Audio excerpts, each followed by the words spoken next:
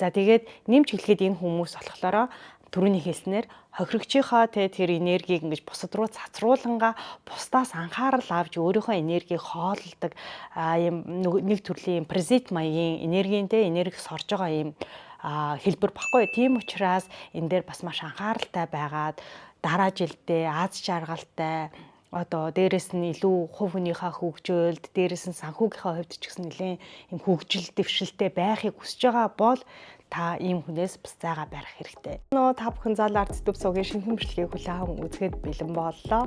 За тэгээ өнөөдрийн дугаараар эдгээр хүмүүсээс хол байгаарэ гэсэн дөрвөн төрлийн хүний шинжийг та хэдтэй хуваалцах гэж байна. За тэгээ эдгээр хүмүүсийн шинж чанар бол зөвхөн миний хувийн үзэл бодол болон хувийн туршлага дээр үндэссэн гэдгийг та хэд маань ойлгоорой. За ингээд эхлэе. Энэ тухай ярьж байгаа вэ гэхлээр хэдийгээр миний YouTube сувг ихэнхдээ сүнслэг сэдвийн тухай ярьдаг. Гэхдээ өнөөдрийн сэдв маань сүнслэг сэдвтэй бага зэрэг холбогдож магадгүй, холбогдохгүй ч байж магадгүй. Гэхдээ бидний өдөр тутмын амьдралд маш чухал үүрэг гүйцэтгэдэг хүмүүс бол бидний хүрээлэл байдаг, бидний амьдралын чанарт шууд нөлөө үзүүлдэг. Тийм учраас ямар хүмүүсээр өөрийгөө хүрээлүүлэх вэ гэдэг бол маш чухал байх болно. За тэгээд яг энэ цаг мөчид бид нар 2026 оноо төлөвлөж байгаа. Шинэ он гарах дөхөх тусам хүн болгон дараа жилдээ энэ жилээсээ илүү гоё амьдрах юмсан, илүү өөр байх юмсан, шинэ байх юмсан. Тэгээд энергийн цэвэрлэгээ, цоо шинээр дахин төрөх гэх мэтчлэн үгсүүдийг ашиглаж идэг. Гэхдээ энэнд маш чухал тооцогдох зүйл бол бидний эргэн тойронд байгаа хүмүүс байгаа. Ямар хүнээр өөрийгөө хүрээлүүлээд байгаа вэ гэдэг чинь таны амьдралын одоо чанар болон таны яг одоо байгаа байдал, энергийн төвшөнд шууд хамааралтай байдаг. За тэгээд нэмээд хэлэхэд 5 найзынхаа 6 дахь нь та өөрөө байдаг. Тэгэхээр ямар хүмүүсээр хүрээлүүлж байна? Тэнцүү та өөрөө яг тийм байгаа гэсэн үг. За тэгэхээр магадгүй таны одоо байгаа найзууд чинь танд одоо нэг тийм таалагддаггүй. Тэгсэн хэрнээ олон жил ч юм уу хамт ингээ байцсан учраас эдэртэйгээ ингээ найзлаа явдаг байж магадгүй. За ажлын хүрээлэл гих мэтчлэнтэй ямар нэгэн зайлшгүй шаардлагаар тэдгээр хүмүүстэй хамт байдаг байж магадгүй. Эсвэл өөрөө ингээ хүсээд хамт байдаг ч байж болно. Гэхдээ эдгээр хүмүүс эргэн тойронд чинь байгаад байх тусам та маш их одоо энергийн дутагдaltaй ордгоос гадна одоо ирээдүйд өсөж хөгжөхтэй энергийн хувьд өсөлт хийхэд бас нэлээд блок болоод байдаг ийм төрлийн хүмүүс байгаа. За ингээд шууд яриандаа орцгоё. Нэгдүгээр хүмүүс бол шалтгаан хилдэг хүмүүс. За шалтгаан хилдэг гэдэг бол миний хувьд л хүнийг одоо дүгнэхэд маш амархан зүйл байдаг. Тэр хүнтэй ингээд яриад тэр хүн хэр их шалтгаан хэлж байгаа вэ гэдгээр л би ер нь тухайн хүний ерөнхий хувь хүнийх нь хөгжөөл, амьдралд хандж байгаа байдал, за тэгээд ирээдүйн хэд хэдэн сар, жилийнх нь хөгжлийг бол тэндээс нь олж харах боломжтой гэж ингэж итгэж явдаг. За тэгэхээр эргэн тойронд чинь ямар нэгэн зүйлээс ингээд боломжийг нь олж хардаггүй. Эсвэл одоо болохгүй байгаа зүйлийг яаж хийчих вэ гэд ингээд аргын сүвгчилж хайгаад өөрөө ухаа судлаа сураад ингээд явахгүйгээр зүгээр хамгийн түрүүлээ шалтгаан нь олоод харчдаг, шалтгаан хилдэг тийм хүмүүс байх юм бол аль болох зай бариарай гэдгийг хэлье. За тэгээд шалтгаан хилдэг хүмүүс бол тэнцүү ихэнх тохиолдолд үйлдэл авдаггүй хүмүүс байдаг. Ямар ч үйлдэл авдаггүй, ярьдаг, одоо мөрөөддөг, зорьдог, тэгсэн хэрнээ хэдэн сар, магадгүй хэдэн жилийн дараа ялгаагүй л ингээл нөгөө баг байранда байж лээдэг, бас нэг баахан шалтгаан олоод хилцэн байдаг. Тэгээд ямар ч үйлдэл аваагүй байдаг. Тийм хүмүүс байдаг. Тийм хүмүүсээр өөрийнхөө одоо левел 1 гэх юм уу хамгийн наад тийм ээ энэ хүрээлэл дотроо тийм хүмүүсийг байлгаад байх тусам та өөрөө яг тэдний нэг болно. Та өөрөө ямар нэгэн зүйл хий, бүтээ, хөгжий, сурыг гихт болгондоо өөртөө ягаад чи хаанаасаа чи хотоодныхаа аль нэг хэсгээс шалтгаан болоод хилчдэг өөртөө. За тэгээд шалтгаан болоод хилцсэн учраас тэрэн дээрээ ямар ч үйлдэл авахгүй. Гэхдээ цаг хугацаа бол маш хурдан өнгөрөөл дахиад 2027 оныгоо бид ругтгаа сууж байна гэхэд та одоо өнөөдөр байгаатайгаа адилхан ингээд сууж авах боломжтой байдаг. Тийм учраас өөрийгөө өсгий, хөгжүүлье илүү одоо дараагийн түвшинд гаргая гэж бодож байгаа бол яг ингээд шалтак хилээд байдаг хүмүүсийг бүр ингээд амьдралаасаа хүчээр байна уу, хүчгүйгээр байна уу холдуулахыг хичээгээрээ мэдээж бид нар шууд холдуулж чадахгүй. Гэхдээ өдөр тутамдаа холбоотой байхаараа одоо ингээд холдуулдаг, зайг нь холдуулдаг, жоохон зай барьдаг. Тиймэрхүү аргыг бас хэрэглэх боломжтой. Хоёр дахь төрлийн хүмүүс болохоор манай монголчууд донд маш их байдаг төрлийн хүмүүс. Тэр хүмүүс нь ямар хүмүүс байдаг вэ гэвэл хохирогч, сэтгэлгээтэй хүмүүс. Янз бүрийн байдлаар байнга хохирч явдаг. За тэрэн дотор нь ажил, гэр бүл, найз залуу гэдэг ингээд өдөртмөн юмнуудаас гадна нийгэм улс төр одоо цаг агаар гэл ингээд автобус гэл бүх зүйлээс хохирцсон явж байдаг тийм хүмүүс. За тийм хохирогчийн энерги бол энергийнхаа үйлдлийн хувьд ч гэсэн маш доогуур энерги, маш доогуур гэрцийн хэлбэлзэл өөрөөсөө ингээд ялгаруулж явдаг. За тэгээд ялгаруулад нэмэх нь тэр хохирогчийнхаа зүйлсийг ингээд та эдтэй ингээд ярилцаад, яриад тэ мэдгүй магадгүй ингээд найзуудаараа орой уулзж хахад тэр хүн тэрийгээ ингээд яриад тэ ингэх болгондоо маш их тийм сөрөг доод түвшний үйлдэлтэй энергиудыг ингээд бусад хүмүүстэй ингээд цацаж байдаг. За тэгээд ийм хүмүүс болохоор нөгөө талаараа маш их тийм хор хөнөөлтөй байдаг. Яа тэгэхээр өөрөө одоо хохирогч мэтэр байгаад бусдын одоо анхаарлыг татаад ингээд сурчсан хүмүүс байдаг гэсэн. Өөрөө гоё зүйл ингээд өөртөө тохиолдохлоор ерөөс хүлэн зөвшөөрөхгүй. Яагаад гэвэл өөрт нь муу зүйлсүүд тохиолдох, өөрт нь азгүй зүйлс тохиолдох үед бусад хүмүүст хэлээд тэгээд анхаарлыг өөр дээрээ татаж аваад ингээд сурчсан ийм хүмүүс байдаг. За тэгээд ийм хүмүүс нь одоо тэр өөрийнхөө сөрөг эрчмээр бусад хүмүүсийг хохирохоос гадна бусад хүмүүсийг ч гэсэн яг ингээд өөршгөө юм хохирогчийн энергитэй, хохирогчийн төлөвдөр байлгаад байх юм сонирхолтой байдаг. За тэгээд найз нь ч юм уу ингээд өөртөө босон гоё зүйлээ ингээд одоо нэг оройн хоолн дээрээ ч юм уу ингээд яриа л та. Ярингуут нь барьж аваад буцаагаад өөрийнхөө хохирсон одоо тэр үйл явдлаагаас одоо яриад одоо тэр хүний ярьж исэн энергийг тэр вайбыг ингээд дарж авдаг. Нэг ийм маш сөрөг юм энергийг сордог ийм төрлийн ийм одоо хүний төлөв байдаг. Тэгэхээр ерөнхийдөө хүмүүс бол ингээд нэг хохирогч найзыгаа сонсоол байдаг тий. Тэгэх тусам тэр хүн дараагийнхаа зүйлсээ ингээд ярьсаар л байдаг тий. Тэгэхээр энэ үед яах хэрэгтэй вэ гэвэл таслан зогсоох боломжтой. Таслан зогсоох хэрэгтэй. Чи дандаа ийм юм ярих юм, үргэлж ийм юм яриад байх юм бол амьдралд чинь бол дандаа ийм хохирогчийн те үйл явдлууд тохиолдно гэдгийг нь шууд хэлж болно. За тэгээд тэрийг нь ойлгохгүй байгаа бол та өөрийнхөө энергийг хамгаалаад тэр хүнээс зайгаа барих хэрэгтэй байдаг юм аа. Тэгээд нэмж хэлэхэд энэ хүмүүс болохоор түрүүний хэлснээр хохирогчийнхаа тэр энергийг ингэж бусад руу цацруулангаа бусдаас анхаарал авч өөрийнхөө энергийг хооллдог ийм нэг төрлийн паразит маягийн энергиинтэй энерги сорж байгаа ийм хэлбэр баггүй. Тийм учраас энэ дээр бас маш анхааралтай байгаад дараа жилдээ аз жаргалтай одоо дээрэс нь илүү хувь хүнийхээ хөгжөөлд, дээрэс нь санхүүгийнхаа хувьд ч гэсэн нэлээд юм хөгжил дэвшилтэй байхыг хүсэж байгаа бол та ийм хүнээс бас зайгаа барих хэрэгтэй. Тэгээд мэдээж бас ийм хүнтэй хамт байхад танд бас таалагддаггүй байсан байх.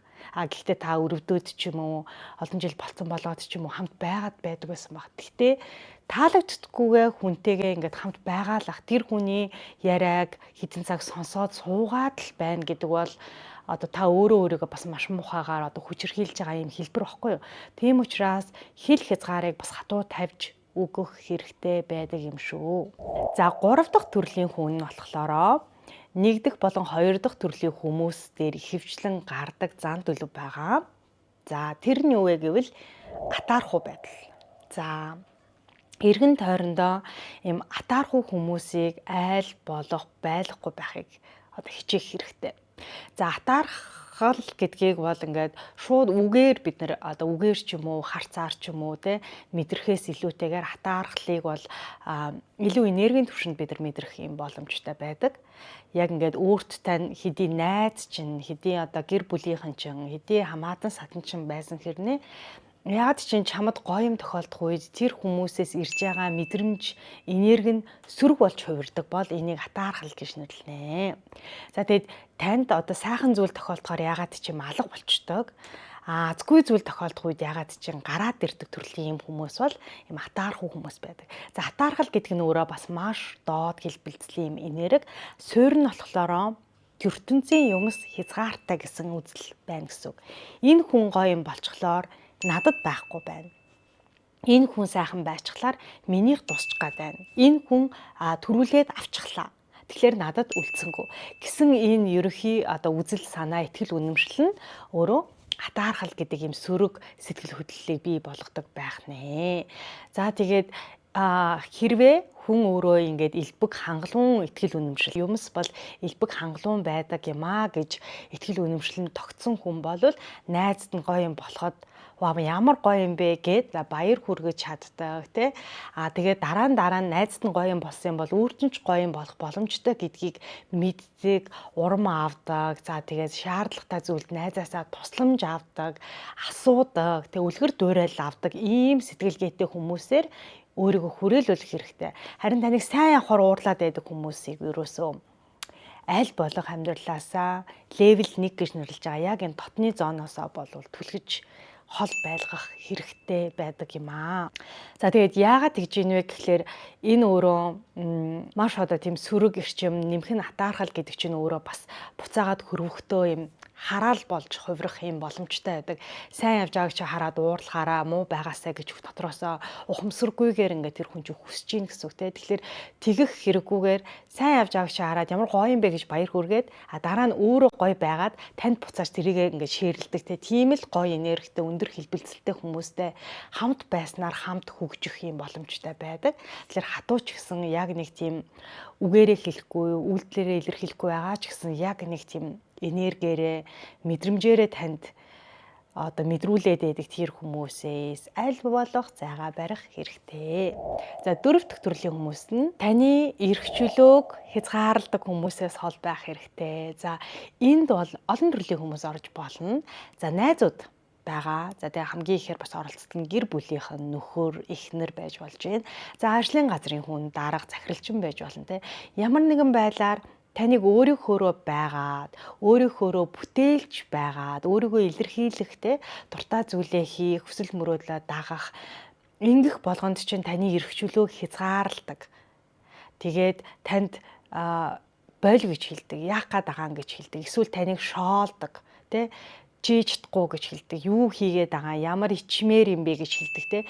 Тиймэрхүү байдлаар таны эрх чөлөө болон таны хүсэл эрмэлзэл, таны дуртай хийх гээд байгаа тэр хүслийг чинь хязгаарлаад байгаа бол энэ бол red flag те улаан дарцаг буюу энэ хүнээс зайгаа барих хэрэгтэй гэдгийг хэлж байгаа зүйл юм аа. За тэгээд энэ дээр нэг кейс дээр надад бас нэг тохиолдож исэн. Манай нэг хуучин захирал намайг чи бити өөрийнхөө сошиал медиа дээр янз бүрийн бичиж байгаарай гэж хэлжсэн. За тэр үед тэр бол надаа бас нэлээд олон жилийн өмнө босон явдал ч гэсэн маш том red flag надад өгч исэн. Одоо зүгээр нэг доор нь ажилдаг ажилтныг те өөрийнхөө тэр хүн өөрийнхөө сошиал медиа дээр өөрийнхөө үзэл бодлыг хүртэл илэрхийлэх боломжгүйгээр ингэж эрх чөлөөг нь хаана гэдэг бол одоо бичиж нийтлэх үзэл бодлоо илэрхийлэх эрх чөлөөг хаана гэдэг бол үнэхээр одоо маш том юм зайгаа барих шалтгаан бол байсан. За тэгээ яг энэ мэтээр найзууд хүртэл хоорондоо ингээд тэ сошиал медиа дээрээ юу хийхийг нь, ямар бичлэг оруулахыг нь, хэрэг стори хийхийг нь, хаагуур явахыг нь ингэж хязгаарлаж тэ тоглоомоор, шоглоомоор, үннээр ч үт юм уу, шулуунаар ч үт юм ингэж хилж ингэж боош таныг нэг хэвэнд цутгах гад таныг өөрийнхөө одоо тэр хэвэнд оруулах гад ийм үйлдэл гаргаж байгаа бол тэр хүмүүсээс заавал зайгаа бариарай гэж хэлье. За тэг гэр бүлийн нөхөр эхнэрийн харилцаан дээр ч гэсэн энэ бол маш одоо тодорхой ил ингэж гарч ирдэг. Чи яах гээд байгаа? Чи яагаад ийм хийгээд байгаа? Чи яагаад ийм юм постлоод байгаа?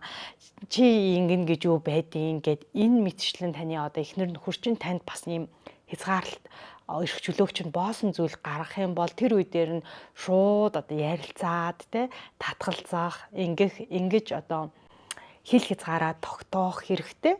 Тэгээ энэ бол таны өөрөөс хүснээсээ бий болгосон юм бүтээлч шин чанарыг чинь хааж боомлж байгаа бас нэг төрлийн хүчирхийллийн хэлбэр байдаг.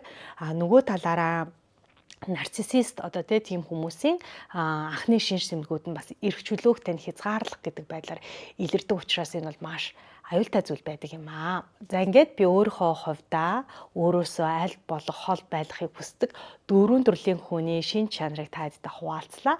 За тэгээд хамгийн сүүлд нь хандаж хэлэхэд саяны дөрөвт багтаагүй байсан ч гэсэн бидний дотоод сэтгэл, за бидний сүнснээс, за тэгээ нөгөө gut feeling-ийн ходоодноос тэг гидснээс ирж байгаа мэдрэмжээр бид нар өөрийнхөө сүнсний төвшөнтэй таарахгүй байгаа.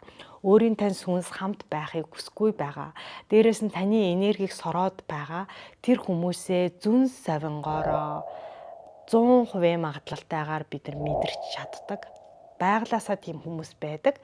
Гэхдээ тэрийг бид нэр өөрийнхөө тархиараа болон логик сэтгэлгээгээрээ байнга хязгаарлаж идэг. За энэ найзтайгаа олон жил найдалсан юм чинь өөр ажил олдохгүй байвал яах юм гэх мэтчлэнгээр ингээд л бид хязгаарлаад байдаг. Гэхдээ таны сүнс бол таны дотроос үргэлжтэй өөрөөсөө хол байлгах ёстой тэр хүмүүсийг чинь хилж идэг. Ингээд мэдрэмжээрээ ингээд одоо зарс хийгээд ч юм уу нэг тийм таагүй, туухгүй мэдрэмж төрдөг нэмэх нь тэр хүмүүсийн хажууд та ямар ч тийм гал ирмэлзэл хүсэл мөрөөдөлтөй байдал нэг чим чадна бүтээн гэсэн тэр мэдрэмж чинь алга болчдөг бол энэ хүмүүсээс одоо зайгаа бариад хол байлгах хэрэгтэй гэсэн ийм шинж тэмдэг байдаг юм шүү. За тэгээд сүнсний чинь одоо тэр хэлж байгаа үг бол хамгийн зөв хамгийн танд хэрэгтэй байгаа тэр мессежийг мэдрэмжээр чинь дамжуур танд хэлдэг. Тэгэхээр тэрийгээ сайн сонсоорой.